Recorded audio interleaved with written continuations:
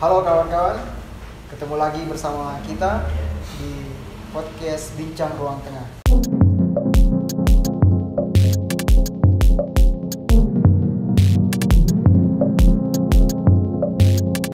Hari ini saya telah ditemani oleh kawan saya.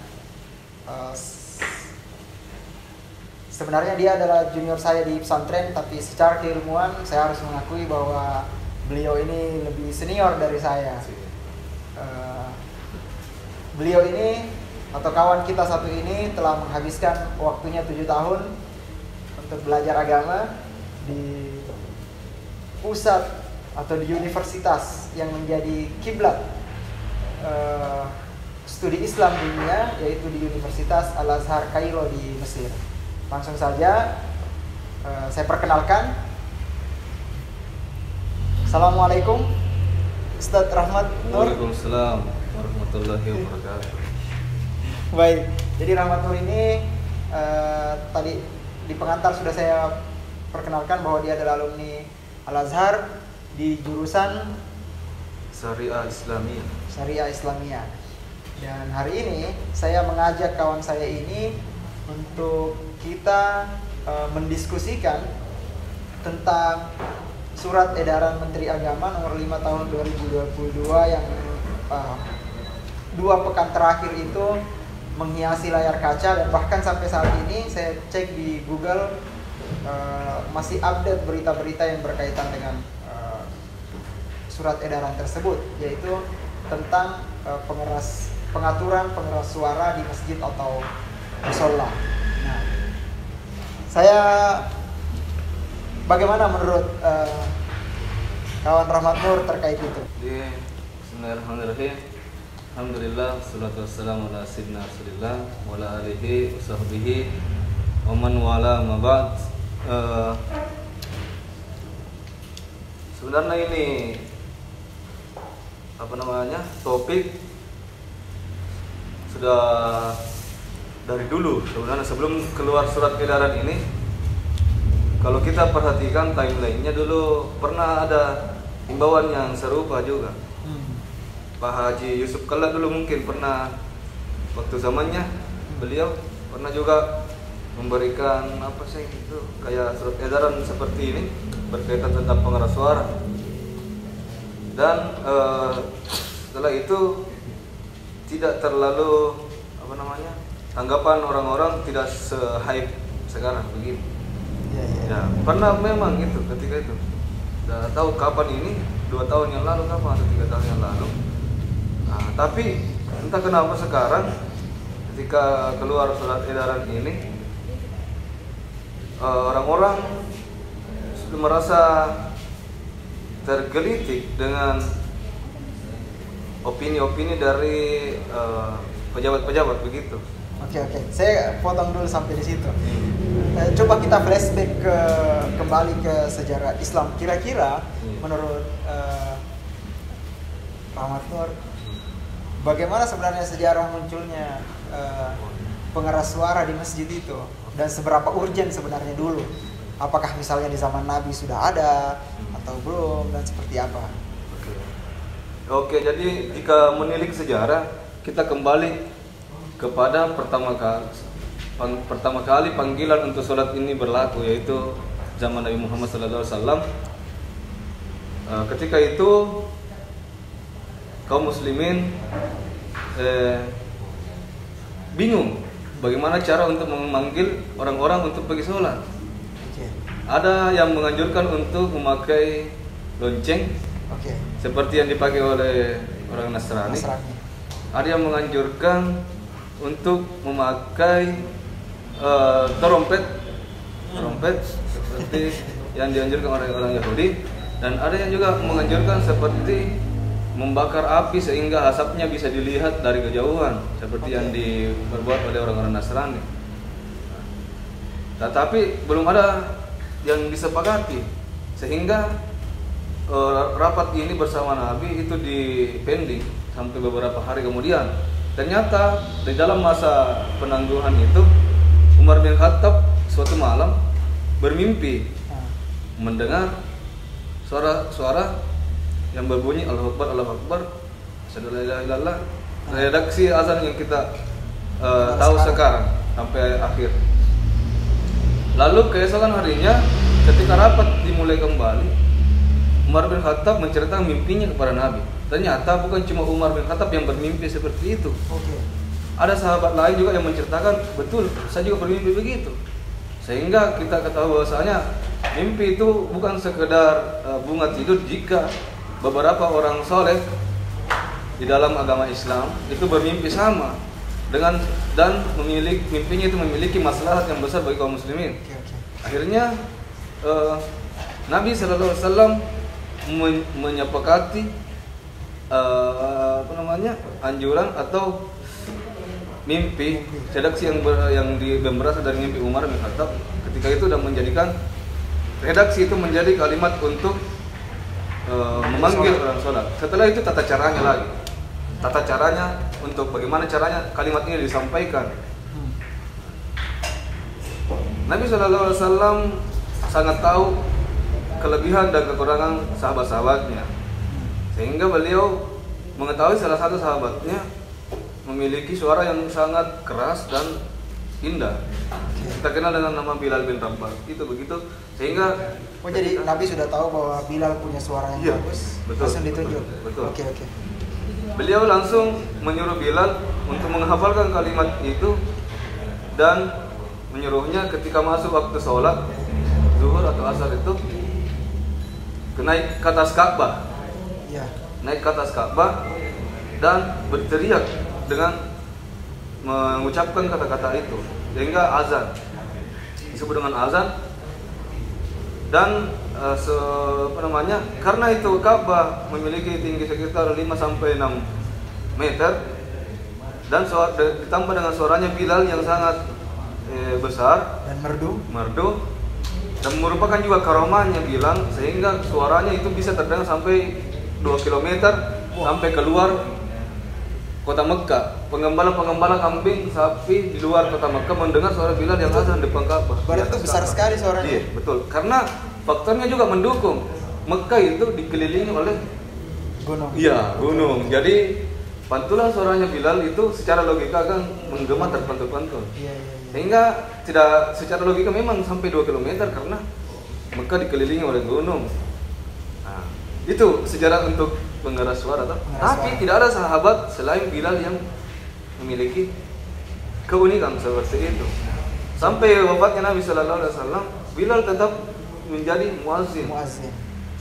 Beliau berhenti ketika Nabi wafat dan berjanji tidak akan azan lagi selain kepada Nabi, selain ketika di zaman Nabi, begitu.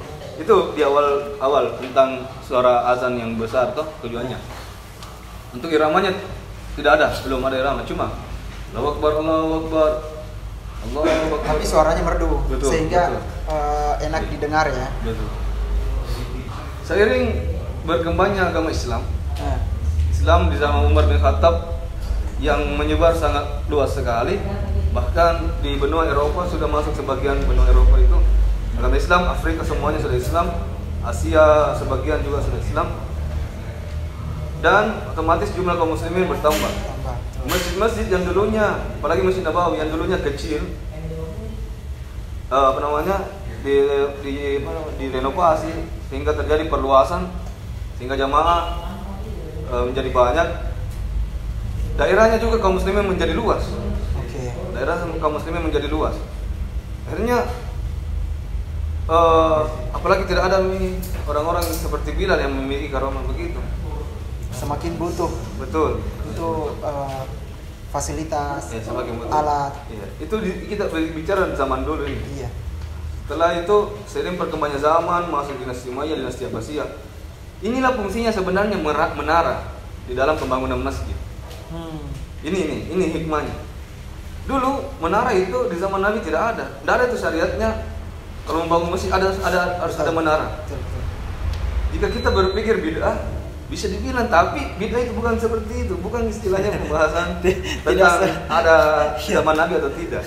Jadi hal ini berpatokan kepada kemaslahatan yang bisa bermanfaat bagi kaum muslimin secara luas, walaupun tidak ada zaman Nabi.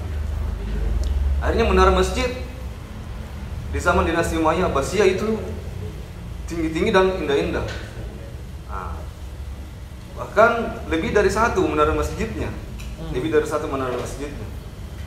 Nah, ketika di zamannya itu belum ada pengeras suara, cuma mereka memakai akal bagaimana supaya suara bisa tersebar luas.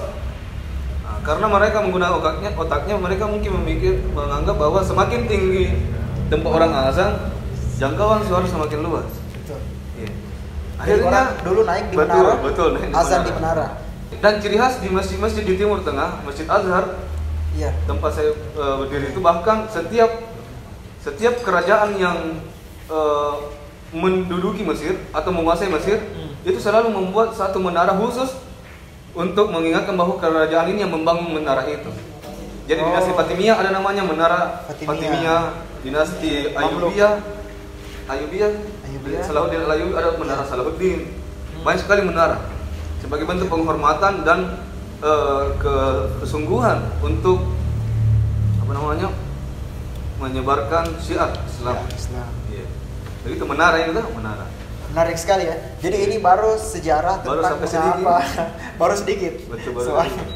bagaimana sejarah pengeras suara itu di dalam sejarah Islam gitu ya.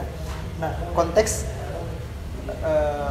saat ini ya kan sudah ada alat, sudah ada fasilitas. Muslim tersebar di berbagai tempat. Bahkan salah satu alasan kenapa kemarin diatur adalah karena jarak masjid yang saling berdekat-dekatan dan dianggap takutnya suara pengajian di masjid itu justru menciptakan kebisingan, sehingga dalam tanda kutip ya, sehingga harus diatur volumenya agar tidak terlalu tinggi, agar tetap terdengar merdu suara-suara mengaji itu. Nah, bagaimana menurut Ustadz? Sebenarnya tentang pengeras suara ini dari dulu zaman-zaman ketika teknologi mulai merambah atau berkembang dan memudahkan kaum muslimin di tahun-tahun 1900 kapan atau 1800 bahkan ke belakang, dan masuk kita di abad ke-21 ini, tidak ada sebenarnya, belum pernah ada yang mempermasalahkan. Iya. Tidak ada. Belum ada. Okay. Pas masuk di tahun 2021 ini, maksudnya di masa-masa kita sekarang ini, kenapa baru ada? Seandainya ini tidak mengganggu atau seandainya ini mengganggu atau istilahnya tidak sesuai dengan aturan, kenapa baru sekarang ada diatur peraturannya? Apa yang melatar belakangi keluarnya surat edaran ini? Ataukah surat edaran ini sebenarnya tujuannya hanya untuk beberapa tempat saja? Iya. Beberapa tempat memang saja. Sifatnya begitu ya. Jadi sifatnya hanya anjuran, pedoman yang tidak bisa begitu saja diberlakukan, dipaksakan berlaku di berbagai tempat, misalnya di Indonesia. Tapi ada beberapa tempat yang setidaknya butuh itu bisa digunakan. Tapi beberapa tempat yang mungkin butuh suara lebih dari di atas 100 desibel karena jangkauan umat muslimnya atau karena faktor geografisnya yang terlalu berjauh-jauhan, itu kan menjadi satu pertimbangan penting lagi untuk itu. Ada juga kalau kita perhatikan tipikal orang Indonesia secara umum yang sangat menjunjung tinggi adat istiadatnya, yang sudah berlaku sejak lama, apalagi adat-adat istiadat yang menjadi juga syiar tentang agama Islam, itu mereka sangat memegang erat atau sangat menjunjung tinggi, sehingga ketika ada satu hal yang menggelitik kebiasaan mereka yang dari dulu sudah dilakukan oleh nenek-nenek mereka, nenek kita, maka mereka pasti timbul perasaan yang tidak enak sehingga memicu reaksi mereka, apalagi orang-orang tua kita, karena mereka menganggap dari dulu seperti ini, kenapa mau dibikin diatur. Mungkin ini masih istilahnya sosialisasi yang kurang. Kita tidak bisa langsung menyalahkan. Misalnya ketika ada sesuatu yang menyalahi adat kita atau adat kita tidak serta-merta harus langsung menyalahkan. Di dalam Islam kita dianjurkan untuk bertabayun sebenarnya. Bertabayun yaitu klarifikasi, mempelajari baik-baik apa sebenarnya tujuan adanya aturan ini, apa manfaatnya, apa fungsinya, di mana saja bisa diterapkan dan di mana saja tidak bisa diterapkan. Karena umat Islam di Indonesia ketika keluar surat edaran ini, satu Indonesia langsung bereaksi. Betul. Padahal pertama kali surat edaran ini diberlakukan untuk wilayah DKI Jakarta dan sekitarnya, di mana di situ DKI Jakarta adalah ibu kota dan penduduknya merupakan penduduk yang istilahnya kompleks karena berasal dari majemuk, banyak sekali suku, banyak sekali agama berkumpul di situ, saling menghargai satu sama lain. Tapi orang-orang tua kita, apalagi yang berada di kampung-kampung, yang memiliki cara berpikir yang sederhana sekali. Adat istiadat yang baik tetap harus dijalankan. Iya. Adat istiadat yang tidak mengganggu tetap harus dijalankan. Akhirnya ketika mendengar tentang surat edaran ini di masjid-masjid itu, saya kalau sholat pasti pembahasan ini yang jadi topik lagi. Waktu sholat Jumat minggu lalu di Masjid Besar Limbo, keluar dari masjid, pembahasannya bapak-bapak seputar ini lagi. Pengeras suara. Pengeras suara, topik tentang pengeras suara yang diatur. Bahkan ada yang ekstrim, bentuk perlawanannya itu bentuk ketidaksetujuannya, bahkan menambah toa lagi di masjid-masjidnya. Menambah toa lagi di masjid-masjid, ada beberapa daerah, dan semakin menggencarkan lagi toa, menggencarkan lagi, memperbanyak pengeras suara. Di sini ada sebenarnya miskomunikasi.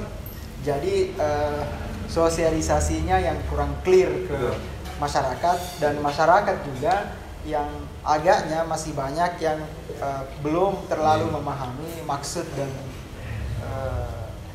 mengapa aturan ini kemudian dikeluarkan, di mana harus diterapkan, di mana yang sebenarnya slow aja, tidak mesti untuk diterapkan, gitu kan. Kalau saya sendiri, menurut saya secara pribadi, dan ini opini saya pribadi, pengaturan tentang toa masjid itu menjadi penting sebenarnya, apalagi tentang aturan yang 10 menit kalau saya tidak salah, 10 menit sebelum waktu sholat masjid bisa membunyikan tarhim atau mengaji, ya kan. Dan banyak lagi aturan-aturan di situ. Itu saya menjadi penting untuk diatur, apalagi di wilayah-wilayah yang sebut saja padat penduduk gitu, yang rumahnya berhimpit-himpitan. Beda lah kalau di desa yang kadangkala bertetangga itu ada yang 500 meter baru ada tetangganya lagi kan. Jadi ada yang harus digarisbawahi sebenarnya di sini kan. Nah, apa itu? Tentang latar belakang surat edaran ini muncul. Sebenarnya tidak salah juga, karena ada alasannya mengapa surat edaran ini muncul. Nah, setelah saya baca, di daerah itu masjid toa ini biasa disalahgunakan sebenarnya. Disalahgunakan oleh beberapa pihak, entahkah itu dia jamaah masjid atau apa. Misalnya mengumumkan sesuatu yang tidak berunsurkan panggilan untuk beribadah. Begitu. Seperti tentang kerja bakti. Kerja bakti. Sebenarnya panggilan untuk melakukan kerja bakti misalnya itu bisa diumumkan karena kita sekarang sudah teknologi sangat maju. Setiap RT mungkin ada grup WA-nya. Kemudian biasa juga ini dipicu oleh salah satu komen dari artis sebenarnya. Ada artis yang mengkomen tentang apa yang terjadi Ramadan lalu, tentang cara-cara orang membangunkan sahur. Cara orang membangunkan sahur yang istilahnya bukan istilahnya murni membangunkan sahur, tapi untuk show out. Iya, kasih lihat dirinya. Seperti ada itu sahur, apa itu? Sahur. Itu apa ya? Menyalahi ya. Iya. Menyalahi. Padahal kalau kita bilang sahur atau kan bapak biasa sederhana bisa. Apalagi setiap daerah beberapa adatnya anak muda biasa keliling untuk membangunkan sahur. Tapi dan itu yang harus dirawat sebenarnya. Iya, betul itu. Sehingga tidak boleh kita juga berlebihan, lebih dari kadarnya untuk memperingatkan atau memanggil. Tidak boleh berlebihan. Sehingga terkesan seperti dipermainkan atau dimanfaatkan untuk kepentingan pribadi. Sesuatu yang bukan untuk kepentingan masjid. Iya, betul. Oke. Saya kira ini diskusi yang sangat menarik tentang polemik tua yang sudah berlangsung sampai 2 minggu terakhir di negara kita ini. Tapi karena durasi, jadi kita harus mengakhiri. Jadi tadi sudah disampaikan oleh Ustadz. Kawan kita Rahmat Nur tentang bagaimana sejarah tua sudah itu jauh sebelum masa Nabi sudah dipikirkan bagaimana cara strategi untuk memanggil seseorang Muslim datang ke masjid. Lalu berkembang zaman muncullah pengeras suara ini, ya, salah satu fasilitas untuk memanggil orang ke masjid. Namun yang dipertanyakan sama Rahmat Nur tadi juga soal kenapa ini pengeras suara ini baru diatur sedemikian rupa hari ini, padahal sudah lama itu digunakan dan fine-fine saja gitu ya. Ada kesimpulan juga dari Bapak? Jadi kesimpulan saya, masyarakat sebenarnya tidak usah terlalu over atau berlebihan menanggapi surat edaran ini, karena kalau surat edaran itu berarti cuma bersifat himbauan, tidak ada sanksi, yang mengikat jika dilanggar. Walaupun tetap harus diikuti dalam kaidah adab begitu. Dan surat edaran ini harus juga disesuaikan tempatnya, tempat dan masyarakatnya. Jika memang di satu tempat masih terjadi istilahnya konflik antara agama yang jika dilakukan di dalam usul fikih ini begitu, jika dilakukan di tempat ini maka akan menimbulkan mudarat yang lebih besar, maka lebih baik dihentikan. Tapi jika sebaliknya justru meningkatkan manfaat, apa salahnya untuk dijaga? Saya kira masyarakat Indonesia sekarang bisa lebih moderat untuk menanggapi permasalahan ini, karena masih banyak sebenarnya isu-isu yang lebih penting kita untuk bahas. Jadi biarkan saja aturan ini tetap ada, tidak perlu dipermasalahkan. Cukup kita memahami dengan bijak, dengan moderat aturan ini. Terus gitu ya. Masyarakat harus lebih kritis terhadap hal-hal yang bersifat bersifat fundamental, seperti kenapa minyak goreng sekarang langka. Itu yang justru perlu dipertanyakan ya. Oke. Saya kira itu akhir dari perbincangan kita di Bincang Ruang Tengah hari ini. Terima kasih. Sekian. Assalamualaikum warahmatullahi wabarakatuh.